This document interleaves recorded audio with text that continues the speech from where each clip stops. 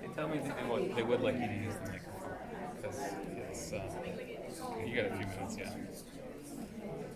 You have yourself plenty of time. Oh, is that your? It's 360 camera.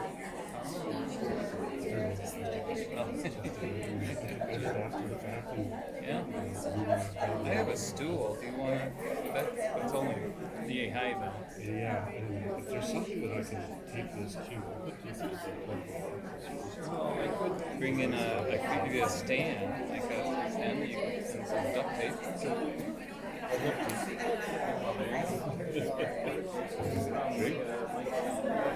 Okay, thank you.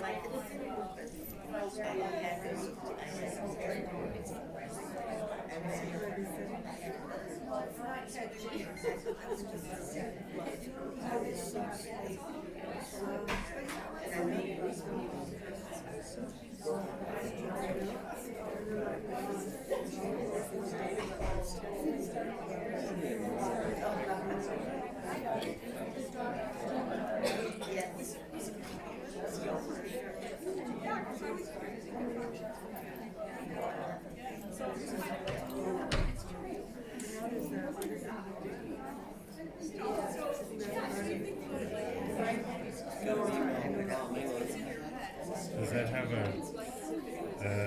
world knob on the top? It does. I don't know if it'll fit, but.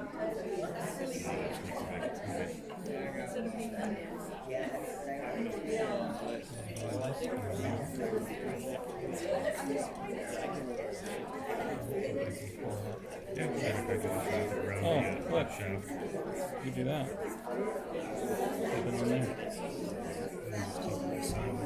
Oh, sure.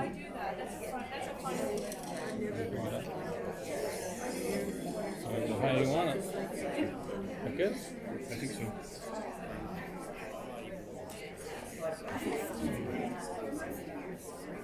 Just be careful. Come over here. Don't trip over. I think we lost our. If it doesn't get input for a few minutes, it will actually cut out. It's moving.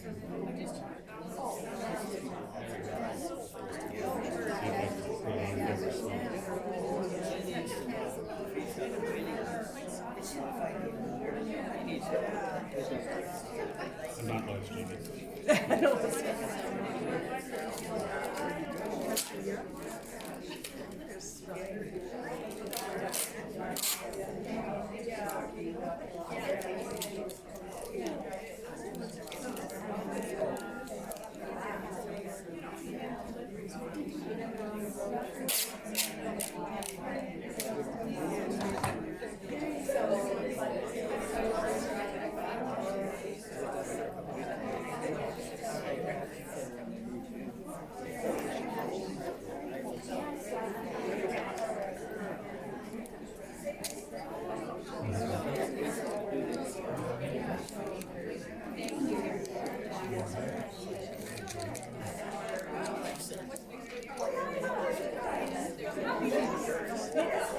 And red green pie.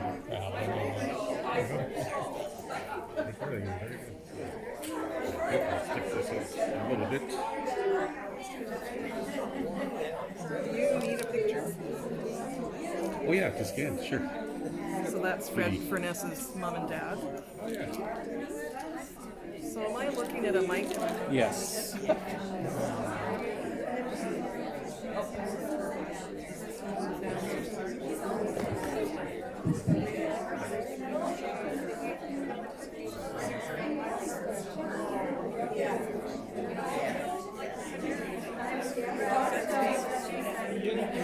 I'll just scan this thing. Yeah, yeah. Go ahead and do that for the sake. Is there anything you don't want me to say about No, I'll trust you. So we'll do about 45 minutes and then take questions. Okay. So, and we have a mix of followers, like we have the CFUW group, and then it looks like there's some that follow famous images. Okay, sounds good. Good afternoon, everyone. Welcome to this presentation brought to you by CFUW Own Sound and Area. We're so delighted that you could be here. When I left home, the frogs were singing, and I ditched my socks. So it's, I might have to go back to them, but for today, not so much. So we're very glad that you could be here and join us with Steve Briggs, who will be starting his presentation very shortly. But before we do that, can I ask Janet Glasspool to do our acknowledgement, please?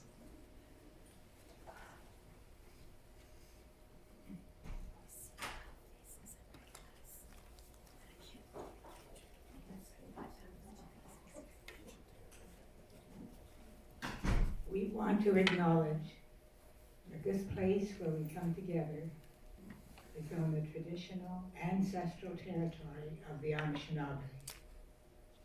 They are the people of the Three Fires, the Ojibwe, Odawa, and Potawatomi nations. And they are represented locally by the Chippewas of Saugeen and the Chippewas of Niashin-Migamig, unceded First Nation. They are together known as the Saugeen Ojibwe Nation. We give thanks to these nations for their stewardship of this land over thousands of years. Thank you very much, Janet. And welcome again. For those of you who don't know me, I'm Cynthia Lemon, and I'm president of CFUW Own Sound and Area, and it's our pleasure to be hosting everyone here today. We're going to get right into our presentation, and it's my pleasure to introduce Steve Briggs. I did say to Steve, is there anything you want me to say? Is there anything you don't want me to say? And he said he trusts me. So I have known Steve for a very long time. When I first met him, he was a lot shorter than me. And he still had dynamic hair. So Steve was a good friend of my brother's. They still have been known to conspire together, so I do have stories I probably cannot share. But Steve comes with a genetic background in history.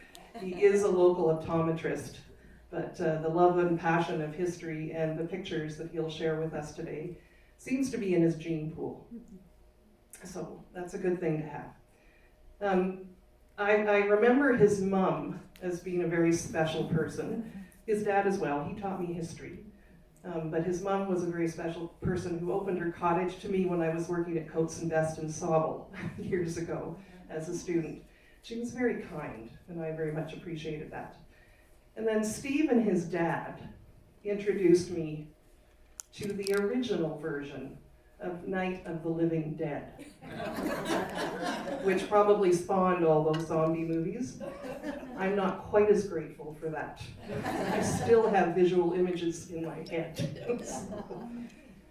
So I follow Grey Bruce Images, which I don't know whether, Steve, you started it, but you're an administrator for it. No, Peter Siokin of Photo Art started it all way back when. I came on about 2017. So he's kind of a newbie.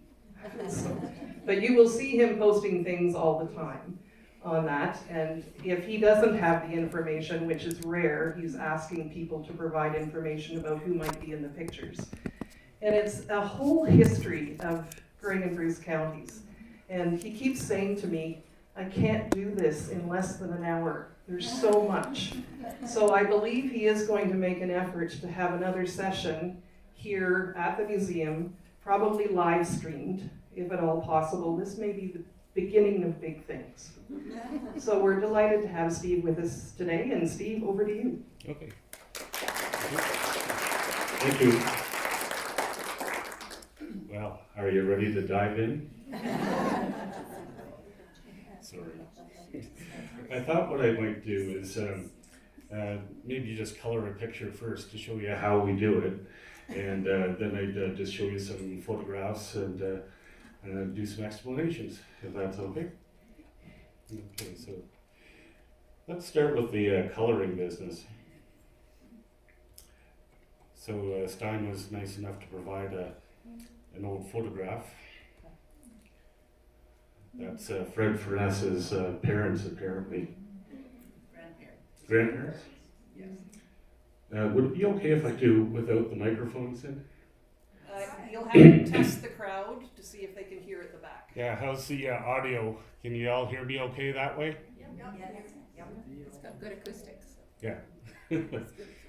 If you ever need me to speak up, just tell me. And if anybody has any questions or comments at any time, just shout them out. Okay, so first off, we have to find a graphics program. And we have to make this into a grayscale image instead of a colored one. It doesn't look like it's colored, but it actually is. Let's see.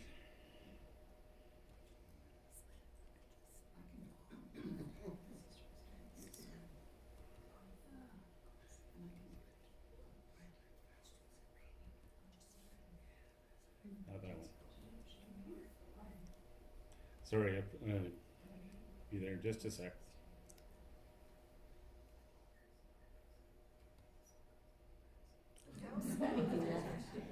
So first off, let's flip it.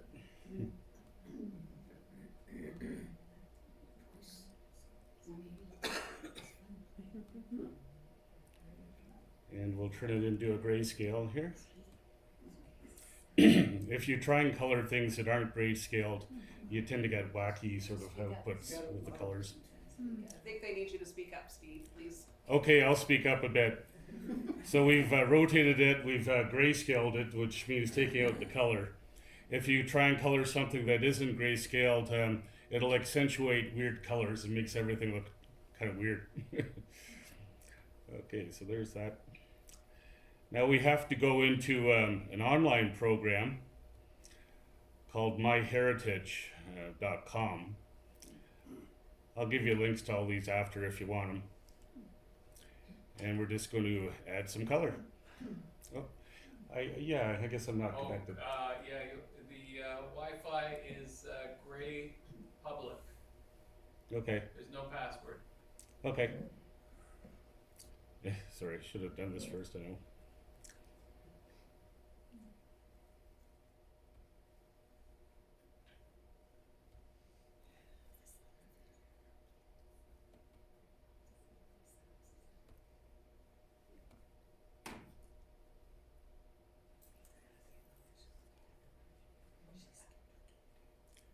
Okay, looks good.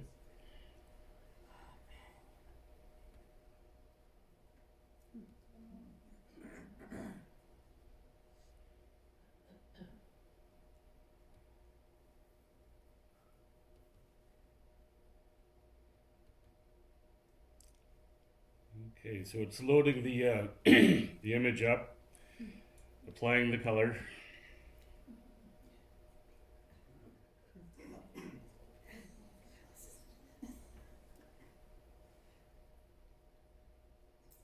Maybe. Well, I'll give it one more shot, and if it doesn't work, well, we'll go on and do something else. There we go. So this is the initial offering from the software.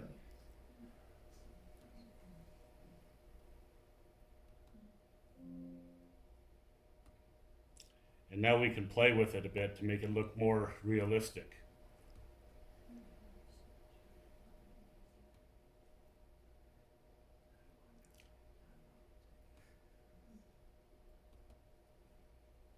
So I would say that looks a little bit red to me overall. So we can tone down the redness.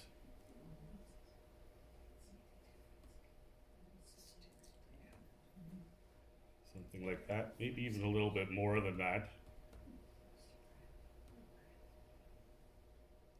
So that's looking a bit more realistic. We probably want to brighten up the background a little, so that's something called a gamma correction. Like so. And now I think if we added a little bit of extra color, it would make it a little more warm.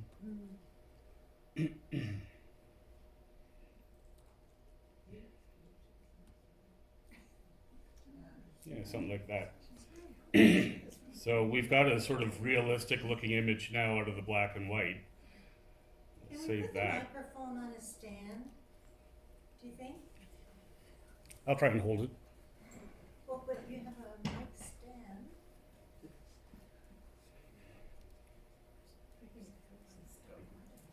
Okay, I'm back. It's on now. Check. Okay. Okay, so we've colored it up.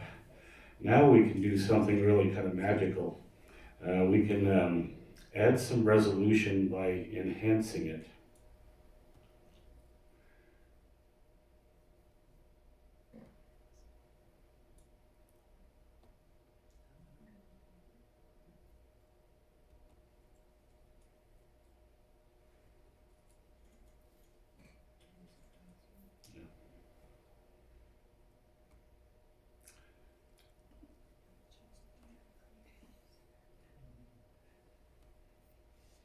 There we go, got the right one.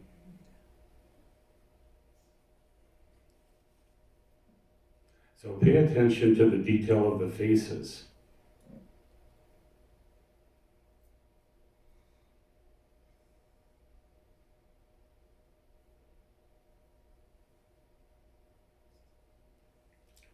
Can't rush the computers.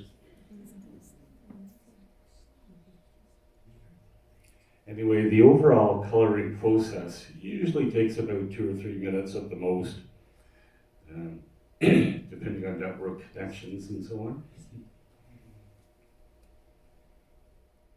There we go.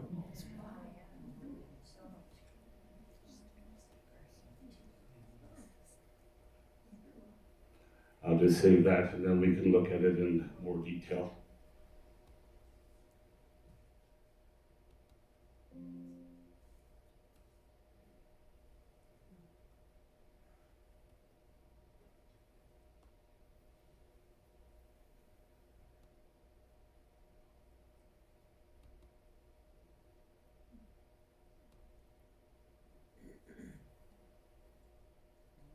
Well, that's our black and white, isn't it? Hopefully I get the right one. Jeez.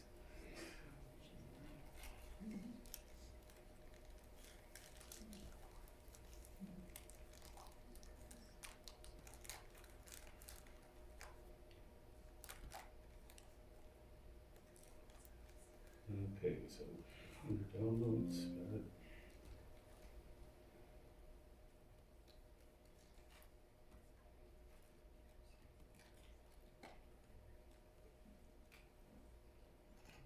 Okay, so I don't know, what do you think? Does that look fairly realistic? Okay, so yeah, it's pretty neat what you can get from these old black and white photographs. And of course, some come out better than others. So if you have a really grainy old newspaper photograph, it doesn't end up like this. But you can still get an amazing thing out of some of these old photos. A lot of detail in there that you never know was hidden. Okay, so that's the coloring process. Does anybody have any questions about that stuff? Okay, if not, we'll just get into it. Could you do a side-by-side comparison? 'Cause Yeah, that I think I actually can. That actually makes it look a little different. Yeah. Can you take away wrinkles and brown spots? If you want to work at it long enough, yes you can. Okay, so.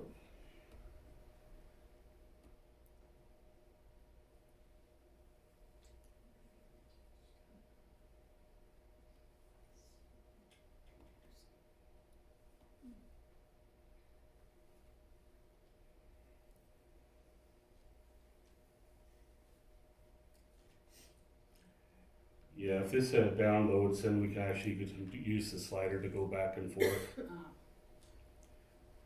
So this is comparing the, I guess, non-enhanced to the enhanced.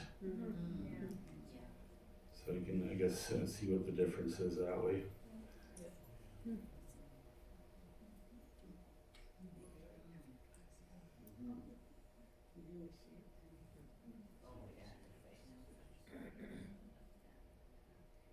Okay, kind of neat, eh?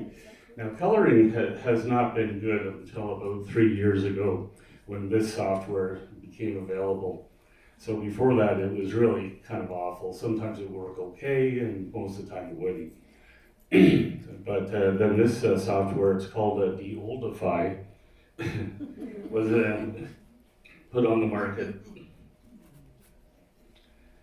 And it's really changed the whole thing. It's revolutionized everything. Okay, well, let's get into some photographs then. Could I just ask, is there a camera as part of this software? No. Is that how you get the picture uploaded?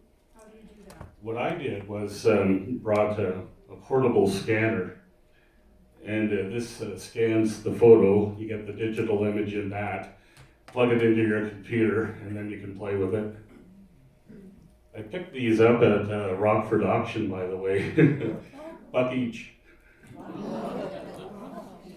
They work well. Okay.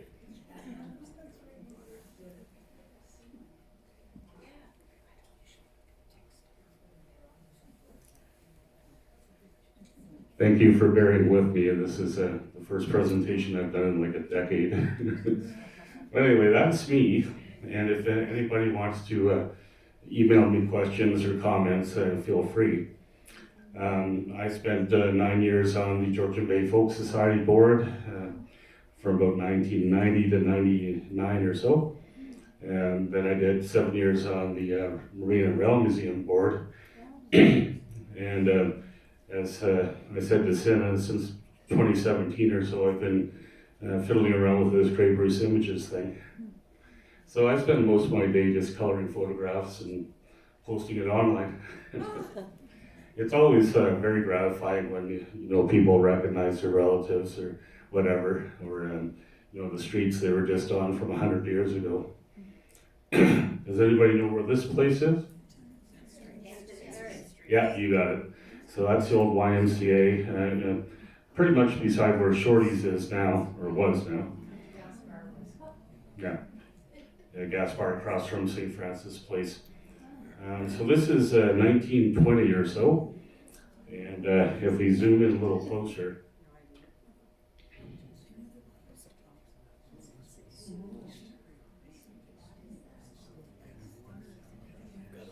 there we go. So you can see the arrow is pointing to Joseph Brothers Grocers, and they were around for almost 50 years.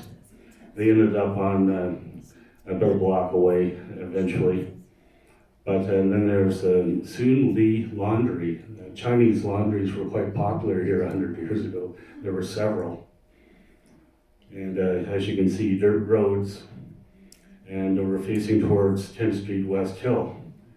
And so you can see there's a lot of sleighs and horse-drawn carriages. So yeah, it's quite interesting to look back 100 years, isn't it? All right, let's continue. So sources, where do you get all these photographs? The museums have websites. So you can go online and there's several thousand images to browse through on both museum sites, greatroots.com, Bruce Museum. Every so often, postcards come up on eBay, and you can take the images from there. Other Facebook groups are another source, and there's a newspaper archive online called newspapers.com, and it's a subscription service, but it's $75 a year, and the Sun-Times and all the precursor papers are online there. So if you want to do local stuff, you can. Mostly it's American newspapers, but endless hours of fun doing that kind of stuff. I have a question. Yeah. What happened to that building? Oh, this building, this was the YMCA. It was torn down, of course. Why? I think it was 1967 when they built the one that was down by 6th Street. It was a centennial project, I believe. So this was probably around into the mid-60s. If we zoom in on this one too, you can see the bicycle being dumped on the front there.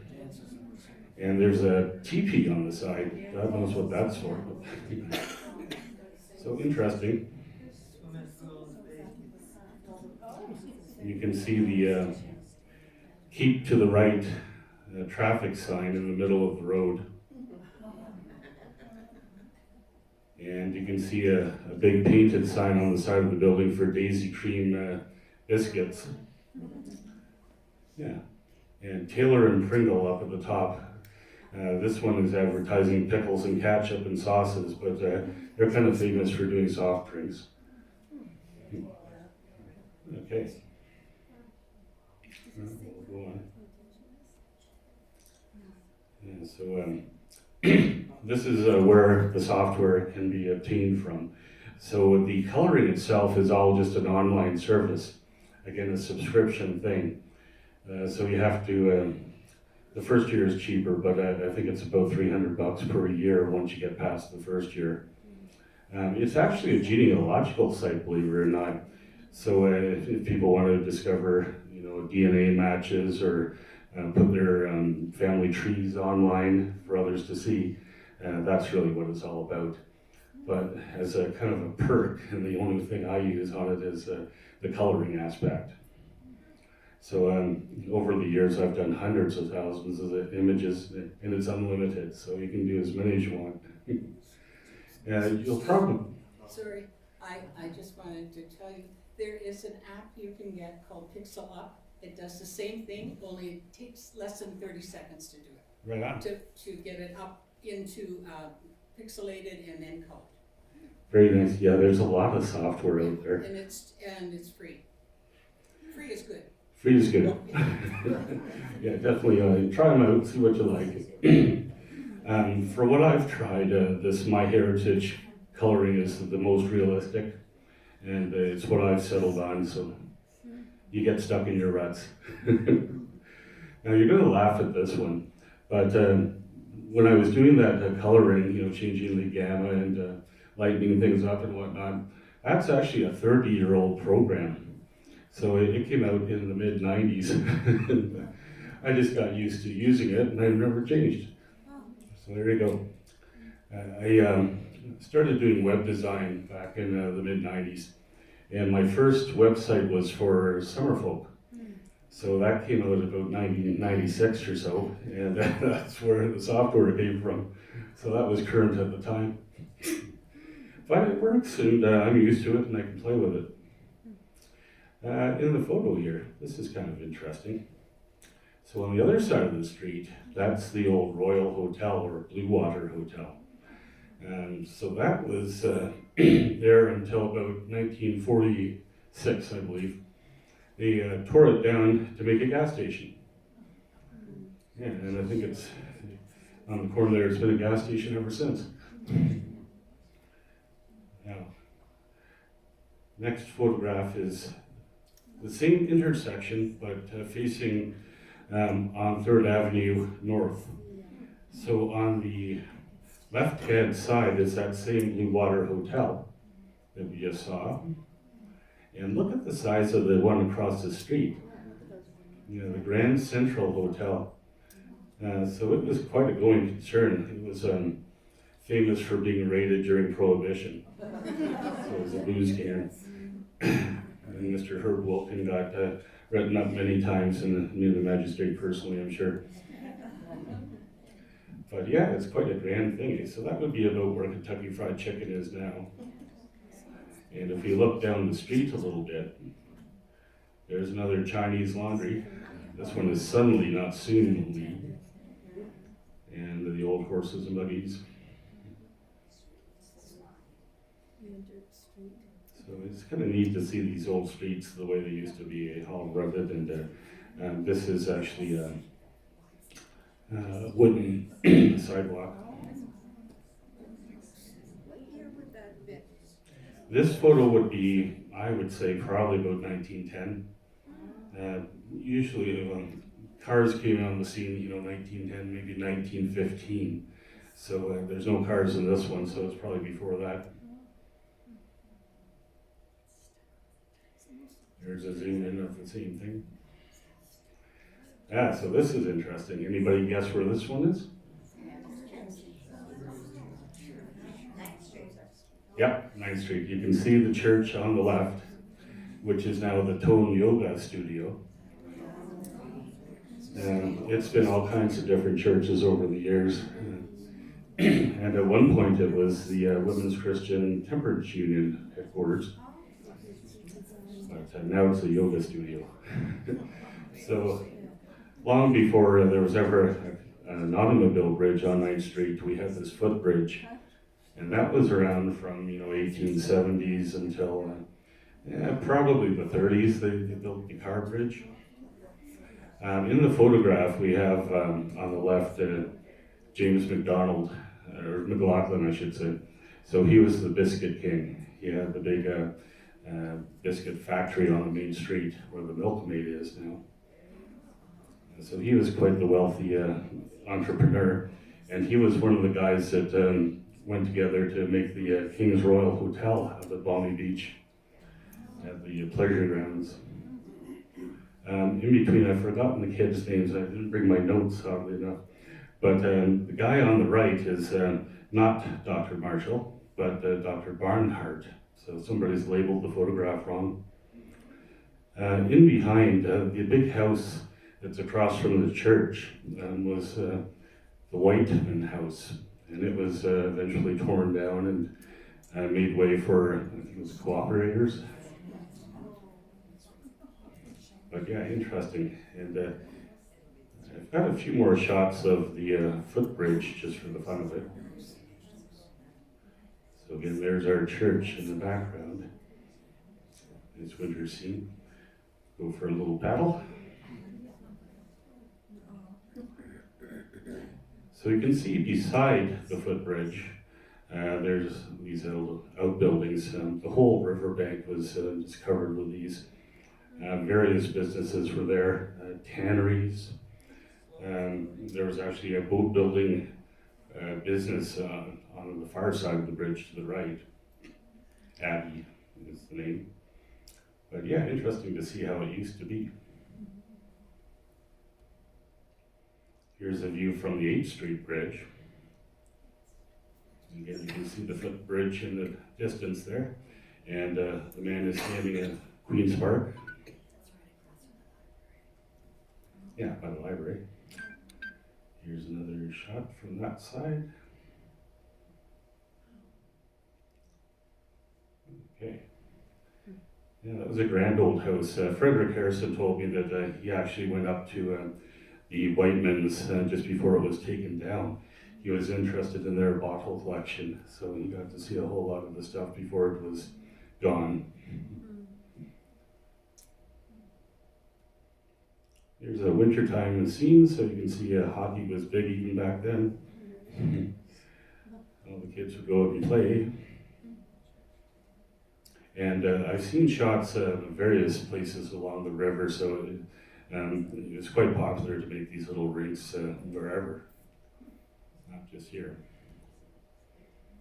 So this is looking north towards 10th Street. And this big building here, I guess, is, I'm not sure if it's still there or not, but the artist studio would have been just beyond it. So I guess this probably isn't there anymore. And you can see here's another view of what was on the sides. Lots of trees.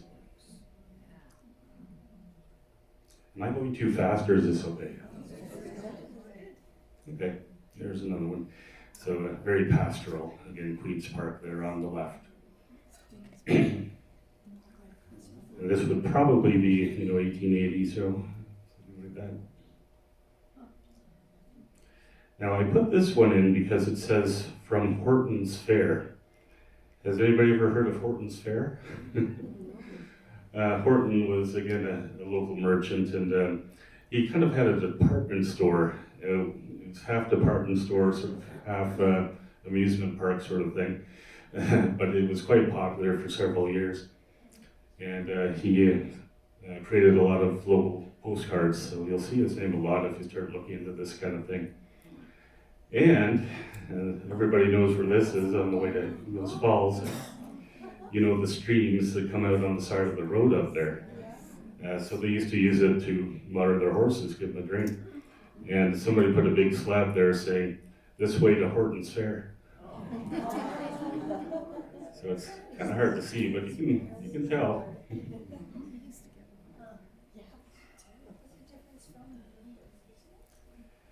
So what would you do in 1880 for entertainment and cell phones? Well, teach your kid to shoot. So this was Owen Sound's Gun Club in around about 1880. So this one colored up fairly well. It was a pretty dismal original. You can see the faces are a little bit strange looking. So that's, I guess, a risk of the coloring. Sometimes it turns things into monsters. So you have to be a little bit careful you don't go too far when you're enhancing. But overall, not bad.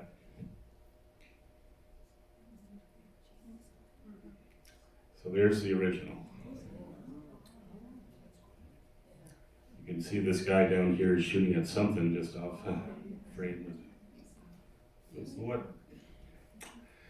This is the main street.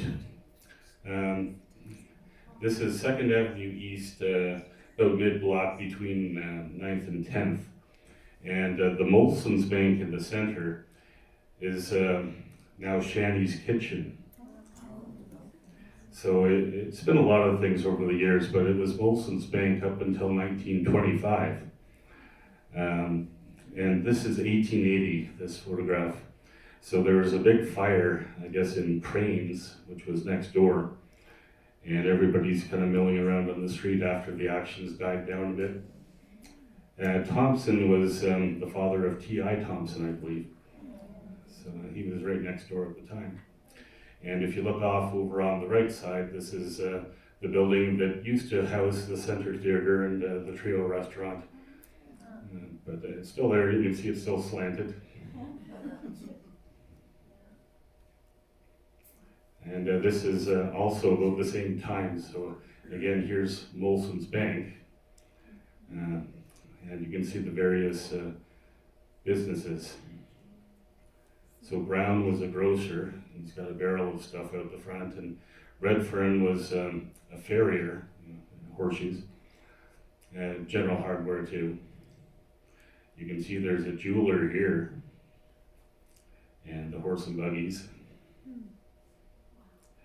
Dogs running loose in the streets. But yeah, I get a kick out of looking at all these old things.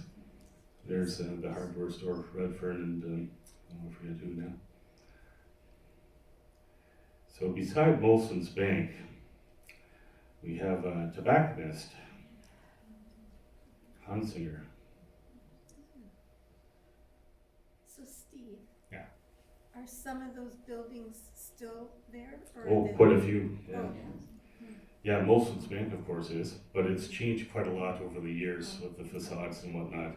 You might remember it as Ken Henrik's Jewelers. yeah. So there's no city hall that I can see in the photograph. It would be somewhere down there, but it would have been the original city hall. So the second city hall came about in somewhere in the 1890s, I think it was. And then, of course, that lasted until it burned in 1961. And then our current city hall was built in 65. Yeah, again, you can see the wooden sidewalks of 1900. So that's what it looked like a few years later. Again, dogs loose in the streets. So you can see they've changed the front door and they've added this kind of cornice. So it's getting more upscale. So this would probably be 1910, 1920-ish. Molson's Bank and Savings Bank.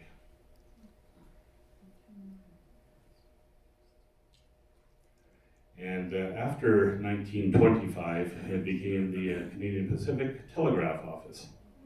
Remember those? But you can see it's still got the same doorway with the cornice. Ted Tizard used to work there. Ted, I believe, almost got to 100. He was in his late 90s when he passed on. So this is a sample of the older type of coloring software. So you can see it's very sepia tone still, and you're not getting a whole lot of detail in the background because it's dark. I just put it in there for the fun of it. Here's Ken Hendricks. If you look at the top, this is all the same all throughout. And this would be the cricket team from 1897, I believe it was. So serious lads. Now this is a really interesting shot too. So this movie, Jerry Lewis and Don't Give Up the Ship, was a 1959 production. So that helps to date it. The Christmas lights up above were designed by Mark Cable, and for the centennial in 1957, and they were produced by Noma, who was the Christmas light manufacturing firm that was in Owen Cemetery. So we got a freebie from them. And those were all incandescent bulbs, of course, and the guys would have to go up and change them one by one when they burned out. So of course nowadays we have the replicas that are all LEDs, and they don't have to do that anymore, which I'm sure they're happy about. The classic theater here is about where Bernie Fishman's store, Shoppers Discount, used to be, and it was a vaudeville house originally. So back in the 10s and 20s, they would have live acts in there, and when early movies came out, they showed up too. So you can imagine this in the days before they had talking films. Yeah, what else have we got here? We've got Tip Top Tailors, we've got the Scopus Restaurant. Oh, Scopus, yeah, is that where it was when I came here? When it burned? Yeah, it was there when I started working in 1988. I think in 93 is on Christmas Eve, I think it burned. Yeah. In the billiards place next door. And Owen Sound had lots of drugstores, and there must have been 6 or 7 at this time. Okay. Did they have lots of churches too? They still do. That's right. Everybody's heard of Damnation and Salvation Corners. Yeah, so one corner had 4 churches, one had 4 bars. One of them was called Bucket of Blood. Okay. Onwards. I put this in as another sample of what can go wrong when you're coloring. Can you see it? Well, right there. So you got to be careful. You know, the headlight was not a face, but the software thought it was, so it made it one. Yeah. So Hotel Patterson, which Eddie Sargent owned eventually. Roland's Drugstore, which was there for ages. So of course this building is still there beside City Hall. And I think the Patterson House eventually got named the St. James Hotel, and it was that for about 2 or 3 years. And then they took it down in the late 80s. Yeah. That's correct. So here's another shot of the same area, just to show you. This one was actually very small. It was about that size in the original. And where that small, you don't have a lot of detail and resolution. So if you color it up, it'll still be kind of murky like that. Well, yeah, Samuel's is Samuel Fishman, so that's Bernie's dad. So he had a clothing store before Shoppers Discount showed up.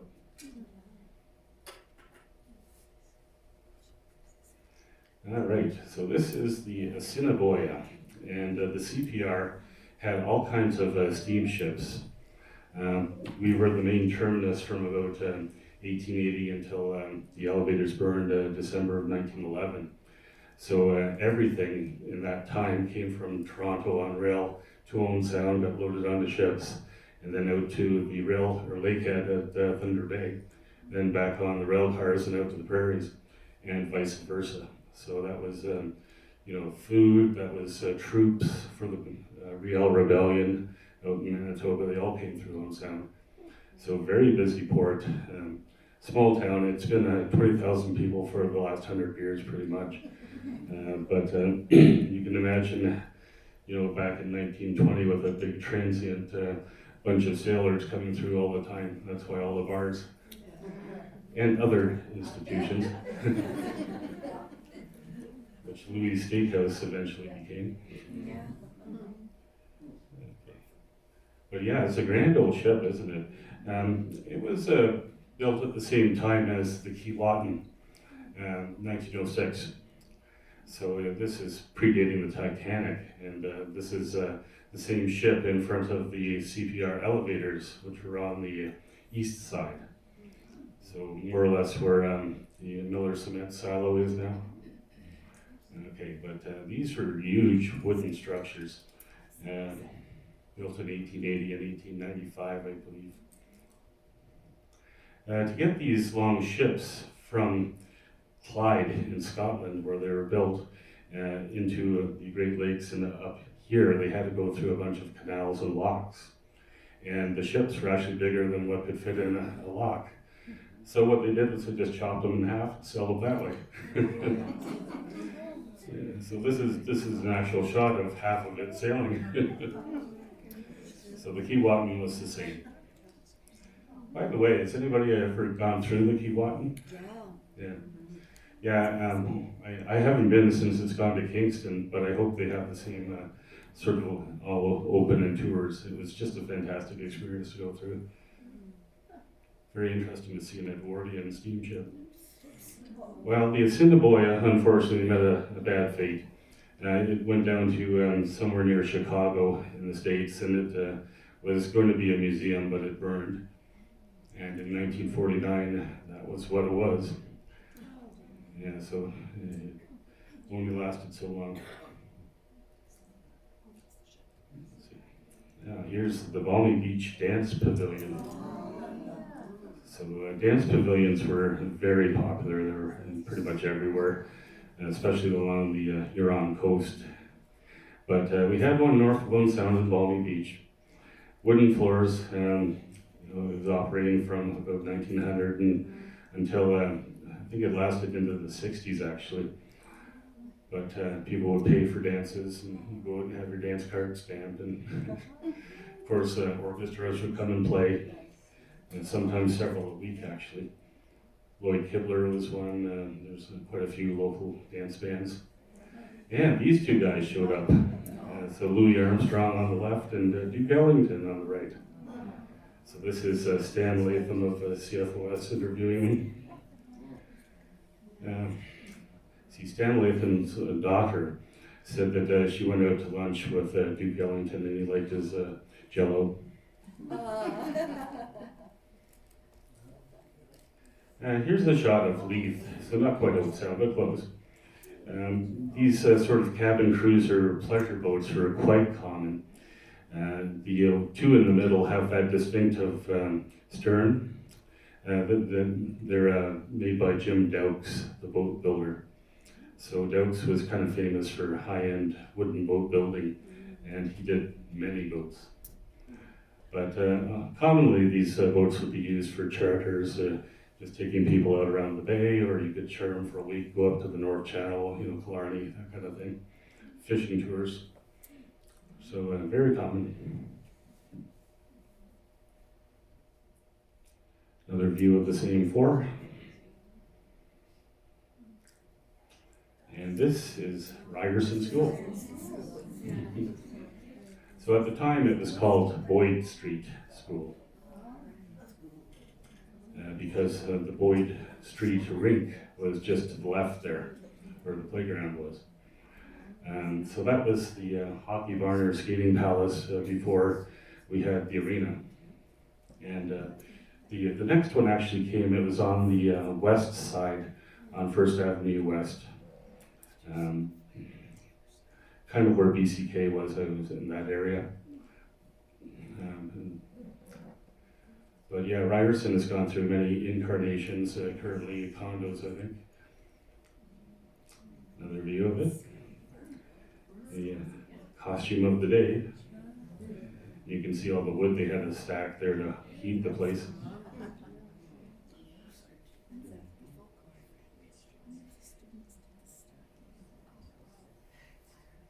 Here's another view, and you can see the traffic sign. I'm not sure what it says. Probably look both ways before you cross the street. Okay, but the kids are all suited up for school. So this is the Boyd Street rink. Boyd Street rink. Yeah, so dismantled in 1929 and moved it up on top of the hill where the old quarries were. So that's a big building to move. That must have been quite a thing.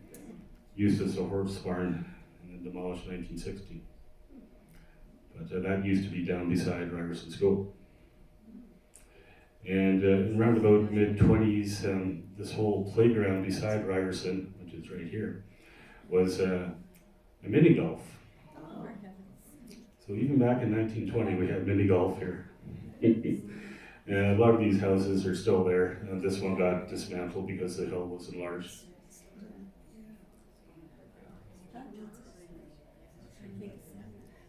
Steve, is that a J. James photograph? Most likely. Yeah, the local photographers really gave us something when they took all these photographs. James was active from 1900 to 1950 or so. But before that, there was William Craig, there was Green, several of them. And you'll go through their, oeuvre, and you get 20 years from one, you get 50 years from another. So you can really document the local progress. Now this is Mr. Breckenridge's backyard. So Breckenridge of Breckenridge and Tannehill, the funeral place now. He started out as a furniture maker, which is not uncommon to have the guy who makes your cabinets make your coffins. So it's kind of a joint thing. But anyway, he was kind of a wealthy businessman on the main street, and he had a fairly large backyard. And I guess this is to show what they did there.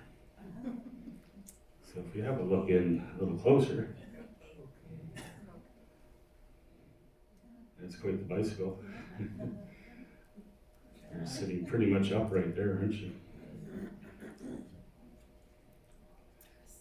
Let's see, I guess. Well, let's go on a little bit. So here's another backyard shot, and this time it's crokinole. You can see the onlookers being kept safely at bay. And over here. Yeah. So I'm sure these were all posed and everybody dressed up for the occasion, but it's interesting to see them.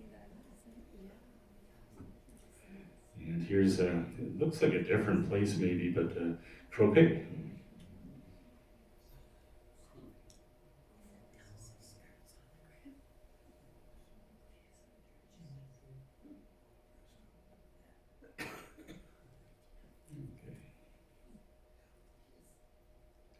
Wow, any guesses where this is?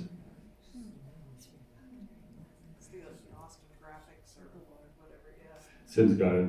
So this is Circle Bar Hosiery, probably 1940s, and it is where Austin Graphics is now. That used to be the Pacific Hotel, believe it or not, before Circle Bar moved into the upper stories. So it's been around quite a while, and if you look at the side facing, I think it's 12th Street. You can still see the front main entrance there, quite grand. But it hasn't been used in decades. So all these ladies hard at work there. Looks like it wasn't a very fun job. There's another shot. You can see the lath coming off the walls and the plaster coming off.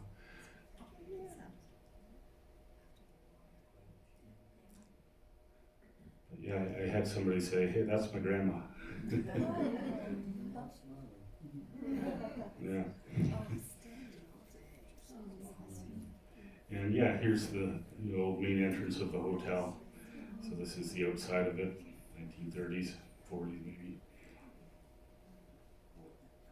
So it's undergone many things in the past. All right, so here's another CPR steamer, and this one is really just to show the elevators and the structure thereof. So as I say, they were pretty huge places. This one was 1880, 1895 for the darker one. And the CPR maintained a fleet of steamships that would take stuff to and from the elevators. Another shot of it, you can see this little tower here in the foreground and the big smokestack. Here's the architectural drawings from this. So you can see the same sort of structures. So I thought that was interesting. Elevator A, 250,000 bushels and 800,000 in the bigger one. Electric light. The first electric light or lit building in the area was the Palmy Beach Kings Royal Hotel, by the way. They had 150 light bulbs. And that was about 1902.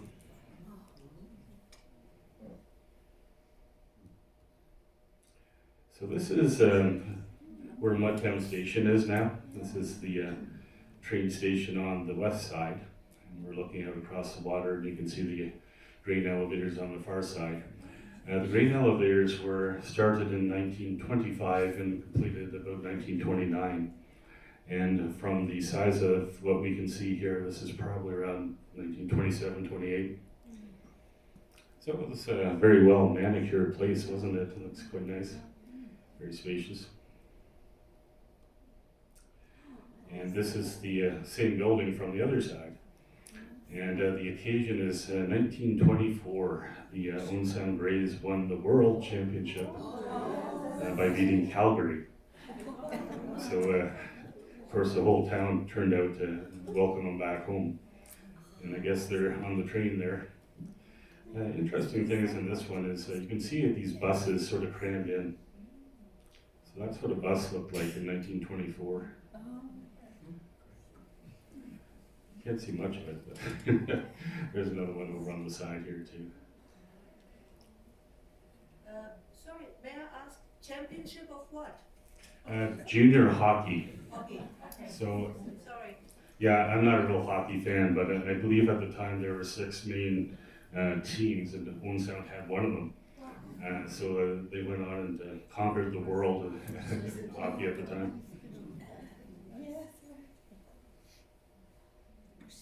Yeah, there we go. So there's another bus. So quite proud.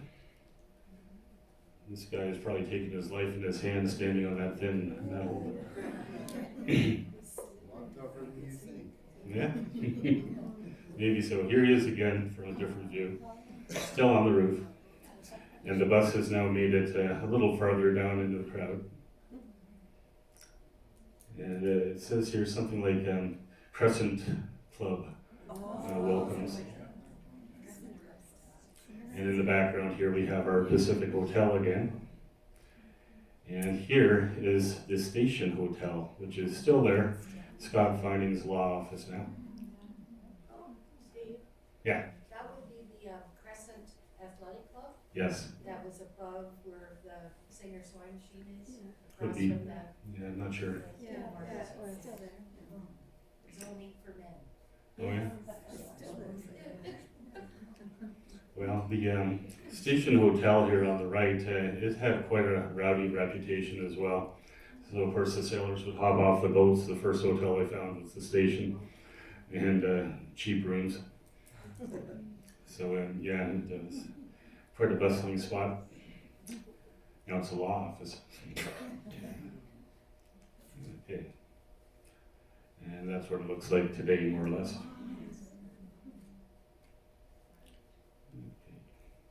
So who knows where this place is? It's a tough one to guess, I should tell you. This is actually 10th Street in the foreground. So 10th Street is going side to side here, and this is 1st Avenue West. So this is now Misha's bed and breakfast, I believe. Yeah, across from Shoppers Drug Mart. So you can see how small 10th Street was. It was more or less just a 2-lane thing with no sidewalks. This is around about 1920, I believe. So it was a doctor's residence for quite a while. Dr. Dow and Dr. Pollock later on. And here's today.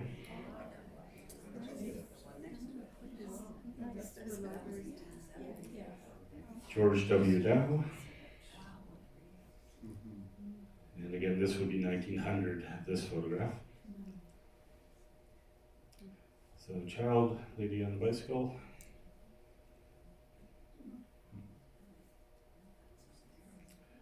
And these are the Polish soldiers marching past the place in 1942. So Unsound had quite a large detachment of Polish servicemen training here. And they were here for quite a while. They had their own special church services and hymns and whatnot. And they were a big part of the community for a while. Didn't some of them stay here and still have relatives here or something? Not that I know of. I think pretty much all of them would have been gone back to the war in Poland and served wherever. Came back to Canada. Oh, they came back, I think. Yes. It's possible, Yes, that's what it was. And you've probably heard of the Polish soldier tree. So one of them escaped one day and he went out and did some hiking and found a beech tree to carve his initials in and something like Long Live Poland. It's still there. So if you want to go by Rockford hiking, you can find the tree. And this jocund gentleman is the Polish soldier's chaplain. I can't pronounce his name, but I just love the photo. Anybody guess where that was taken? I don't know, by the way, but.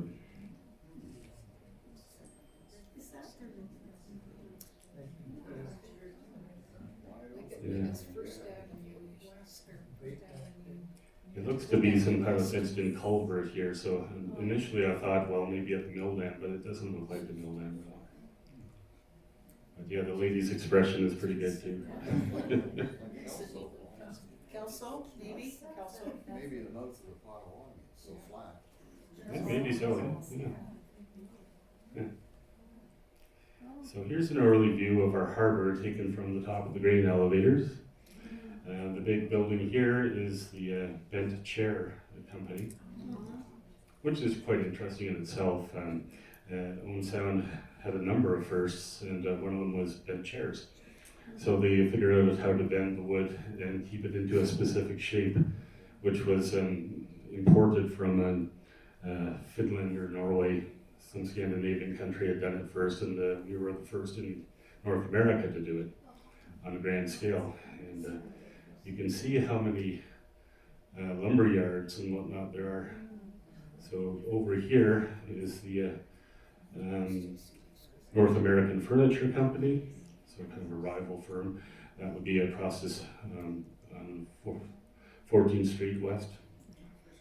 And this is the Harrison Lumber Yard, so tons and tons of piles of wood, and more so over on the same side here. So the rail line came into about here and then stopped, and the trains would dump off all this stuff and take out the finished goods. Yeah, and this is before the Parrish and Heimbecker little house was built. So it must be sometime after 1925 if it was from the top of the elevator. Can't really see any cars to date it though.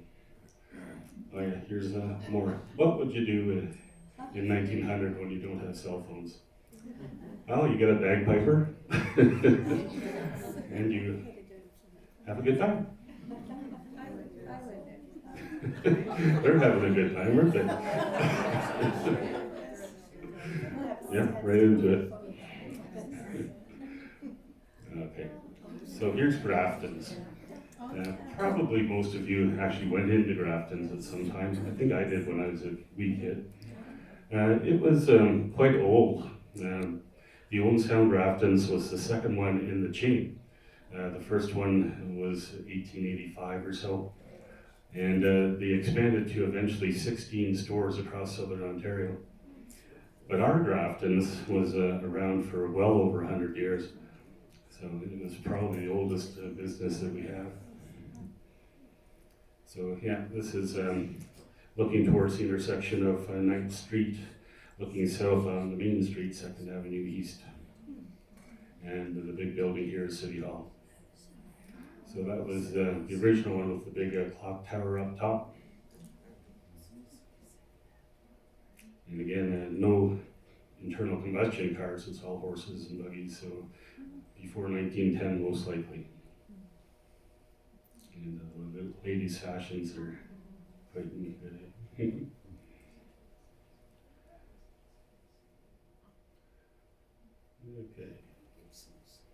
So here's Grafton's again, but many decades later, World War II, and the Foresters are going off to war, and they're taking their little dog with them. So this was the mascot for the battalion. T.I. Thompson Hardware. And these boys were serious. And probably had some idea of what they're getting into. And here's the same spot again, but in 1973 this time. So the vets are on parade. Here's our old police cars. And the Toronto Dominion Bank building was taken down, but the new TD Bank is on that corner still. And Grafton's was at the Fall Fair, so they made their little booth. And yeah, they were quite a going business for sure. School suits with a good record. An undated parade shot. I guess the kid was getting into it. And look at the signs here on our main street. Just everywhere. So all these overhanging signs and awnings were done away with because somebody thought they might be a safety hazard. So I kind of remember the awnings, and it was fun going downtown. I remember going into McKay's under that big awning, and all the old 1890s dummy heads they had. Again, Scopa's Restaurant, this is where the classic theater was. You can just sort of see it right here. You can see the sign though. And the Patterson House, or the downtowner. And no parking. Scarrow Shoes. And here's an early shot of the harbor. And the Carmona was the paddle wheeler that we see right here. And believe it or not, this thing was considered fast. A racing vessel, in fact. Paddle wheel races were a thing. So they would take these steamers and see who was the fastest one to get to Collingwood or up to Thunder Bay or wherever. And the Carmona was actually famous for ramming other ships. So apparently it rammed one early on, about 10 years after it was built, and sank it, and then they changed the name. So it became the Manitoulan, one of two Manitoulins we had locally. So here's the same ship later on, and passengers just embarking, I think in Kincardine, but just to show you the ship. Oh no, it's still called the Carmona here, you can see it up above. But it held quite a few people, and of course all these people will be on deck when the ships are alongside each other bashing away. Here you can see the size of the thing, and again, this is Kincardine now. But great big paddle wheels on both sides. Different times. This is Indian Falls. Very early on. This must be like 1860s or something. It was part of a stereoscopic photograph. So these are quite popular back around the turn of the century too. And it's really neat to see. There's quite a few that I've seen from local images, but they're wretchedly expensive when they come up on eBay, $50 a card or something. So I haven't bought any. But what I might do, because I have a couple of these old stereoscopic viewers, is just print them out, and I've got them sitting in the reception area at the office. Okay. So this is the dock at Balmy Beach, the dock for the King's Royal Hotel. Lads are having a good swim before the steamer comes in. These steamers would come, maybe 4 times a day, going back and forth with the people, and tone and sound. So it was like a bus service. But the dock was 400 feet long at its longest, and it was quite a structure. Here's another idea of it. And here's the same image, but different format. So the steamer Majestic, and again, this photograph is from 1900. Well, yeah, it could have been. The hotel itself was 1902 until 1916, but McLaughlin's Pleasure Grounds were opened in 1899, so that's probably what it was for. So there's another view of the old long dock. The current boat launch will be down to the left here. This is just at the point of land. Okay, so here is the farmer's market, bottom left, and the library across the river. And the library was constructed in 1914. And you can see again, there's a cannon. So it's after the First World War, so after 1918 anyway. Horses and buggies, even at that time. And 8th Street Bridge. The market building is pretty much unchanged even today. Sorry. Let me get back to the right spot here.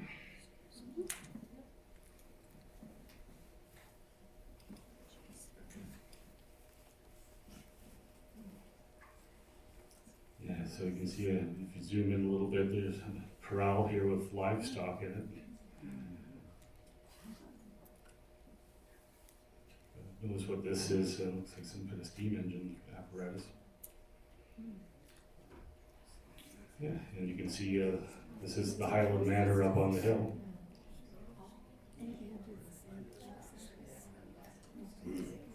Another view of the library.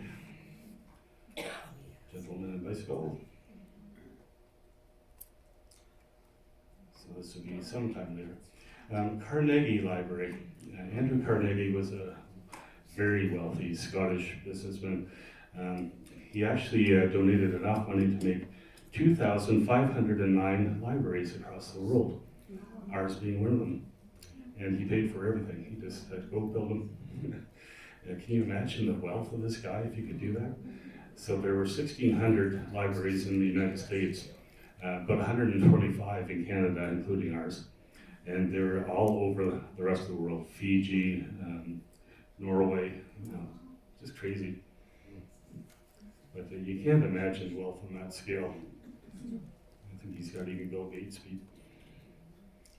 Yeah, so there's our library. You can see this traffic island in the center with all the nice flowers. So that disappeared sometime in the 30s. Yeah, architectural drawings. So this is mocked up for the newspaper. They didn't have very great contrast in those days, so they had to put the extra lines in. Main Street Owen Sound. Here's John James Kodak's. More drugstores. J.H. Ward Grocer. And this is the second city hall. This is the one that burned in 1961. And this is a 1936 Chev. You can see the old 20s or 30s car here. Just to zoom in a bit. So this is the Noronic, which is a kind of a famous ship because it burned in Toronto and killed 118 people, and then they had to change all the safety laws after that. So this is the ship that occasioned that. And this is 1920, and you can see all these freight sheds on the harbor wall. And the Noronic, N-O-R-onic. So this is Henry Ford coming to town, the Henry Ford. And people were told, hey, bring all your Fords down to the harbor to welcome. He was in for some kind of holiday and business lunch. But here's the boat again, so this is Henry's welcome.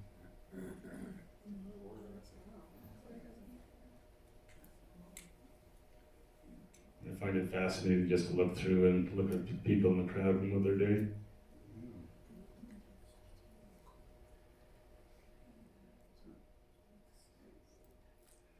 And here it is in Old Sound Harbor again, a little bit later on. And again, we did some zooming in.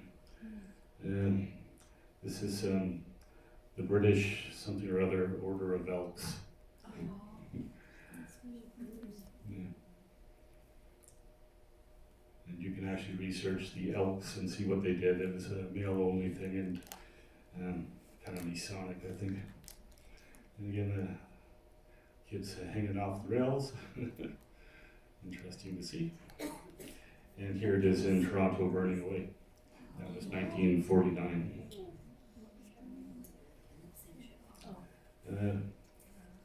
The Northern Bolt, Screw and Wire Company. So this would be, or have been, around where the arena used to be and where Metro is now. And the big smokestack is kind of famous for showing up in all kinds of photographs and postcards. A lot of people think it was from the gas plant that used to supply the coal oil lamps and whatnot, but it's not. That was way up to the right there somewhere, because this smokestack can be seen right down the end on the main street. So over top of the buildings towards the harbor. Here's a view from on top of the elevators under construction. So St. Mary's Church steeple here. And Main Street would be down this way. Very robust rail supply there. Here's inside, so we can see what the factory workers were doing. Again, it doesn't look a very appealing place, but there you go. There's that smokestack down at the end of the main street. And again, Grafton's here. Okay.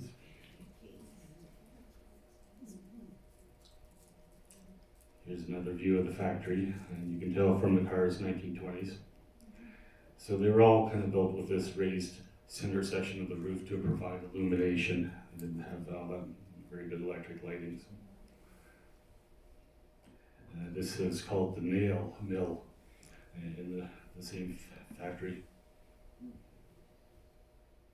And a bunch of CVI students. This is spring of 1970. And in my notes I did actually have the names, but I forgot to bring those. Ron Selwood was one of them. Okay, so this is the Jubilee Bridge. And Millionaire's Drive would eventually be about here, where there's nothing. So this was the south end of town at the time. And you can see the bridge here is made out of wood. So this is pre-1906. So nothing there. It's just farm fields. Okay, so in 1906, they made this thing. And this is actually the mayor crossing the bridge here, leading the procession.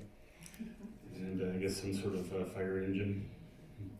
So there's a guy down below taking in the bottom part of the scene. But yeah. Now you can see these steel rails. They were actually in place up until the late 80s. And they were not very structural, right? They were just handrails to prevent the pedestrians falling off. But eventually, as happens, some high school kids drove off the side of the bridge and into the drink.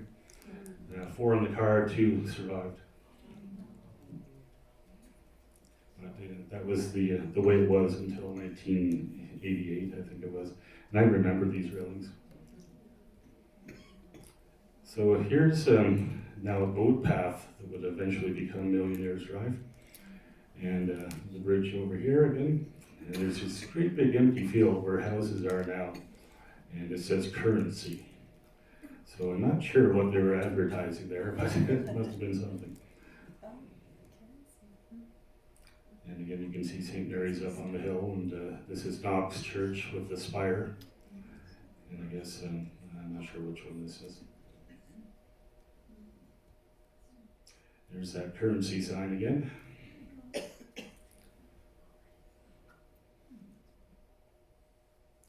And this is a little bit later on, probably late 30s. So this house is familiar now, it's still there. It sold recently for about $700,000. But yeah, paper route.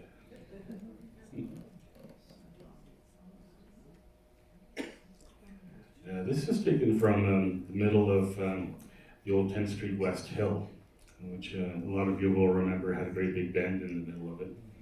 That was straightened out in 1972, or early 73.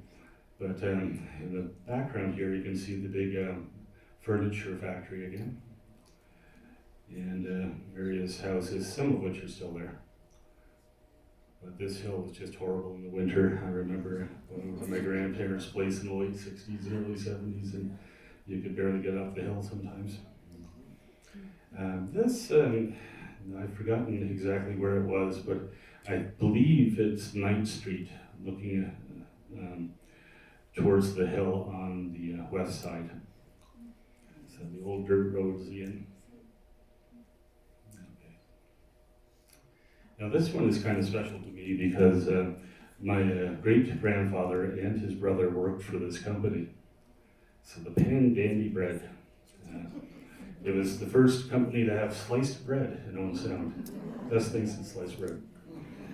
That's where it came from. So that was, about 1920 or so. Nice truck though. So this was the best thing before sliced bread. Yeah, and look at this. I made that little girl carry that big loaf. Not very fair. And Steve, that's now the home of Casero Kitchen Table, my Right. daughter's restaurant. Yes, but where Burns Donuts used to be too. Yes, yeah. Some of you may recognize these two.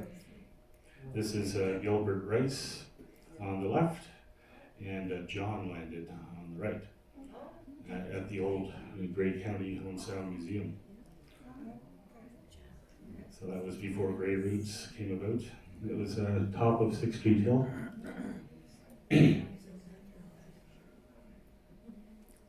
So I thought it was interesting to see those guys. I knew them both.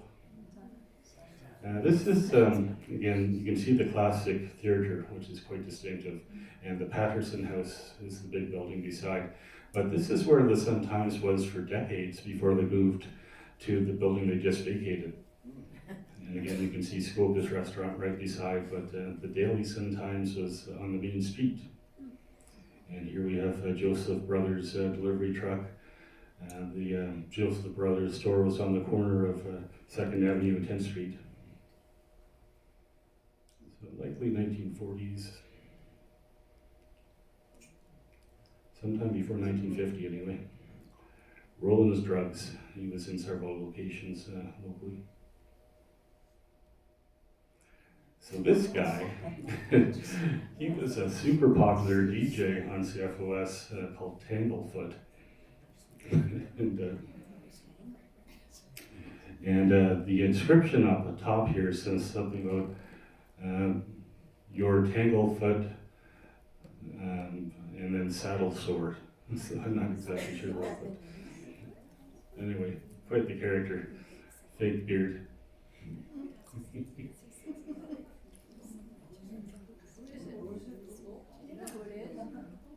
This one is 1912. There was a big flood, took out the mill dam, and the huge volume of water just washed down the river and swamped all the ships in the harbor. This one is called the Veneta. It's capsized here. You can see that looks like a machine or maybe washing, something or other. But anyway, you can see the railway tracks are right beside the harbor there. And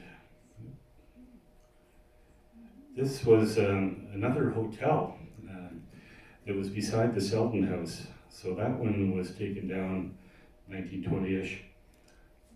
And there's only 2 pictures I've ever seen of it, this one and one other.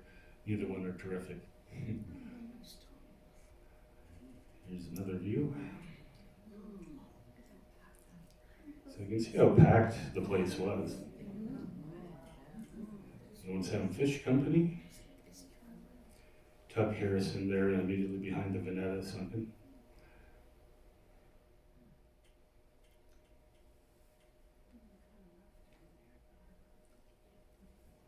Yeah, another drugstore. So this is looking towards 10th Street Bridge. Yeah, April 7th, 1912. Wait the cleaners. I love these old trucks. So Wade was around for, where are clean clothes? Where are the dirty ones? This is a very early shot, 1879 of the main street. So this is looking from 8th Street along 2nd Avenue East, and pretty much nothing is recognizable. But interesting. This is how they used to do signs back then. The sword of Damocles. Barber shop wall. But yeah, it's quite nice to see these old signs. There was an old shoe for the cobbler, and of course you saw the horseshoe for Redford. You know, lots of people couldn't read, right? Yeah, this is a dentist. But I guess you get the idea if you saw a 25-foot axe.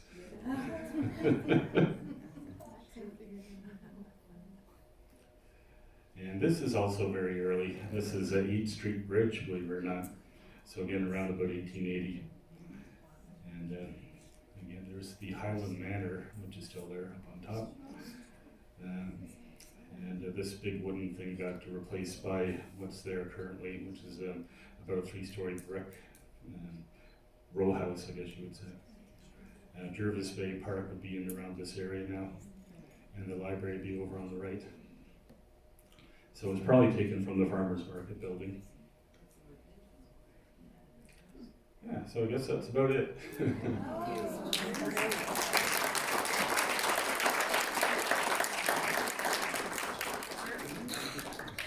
Thank you, Steve. And as Jen comes forward, we have time for a couple of questions, but Steve, I suspect, would be delighted to stay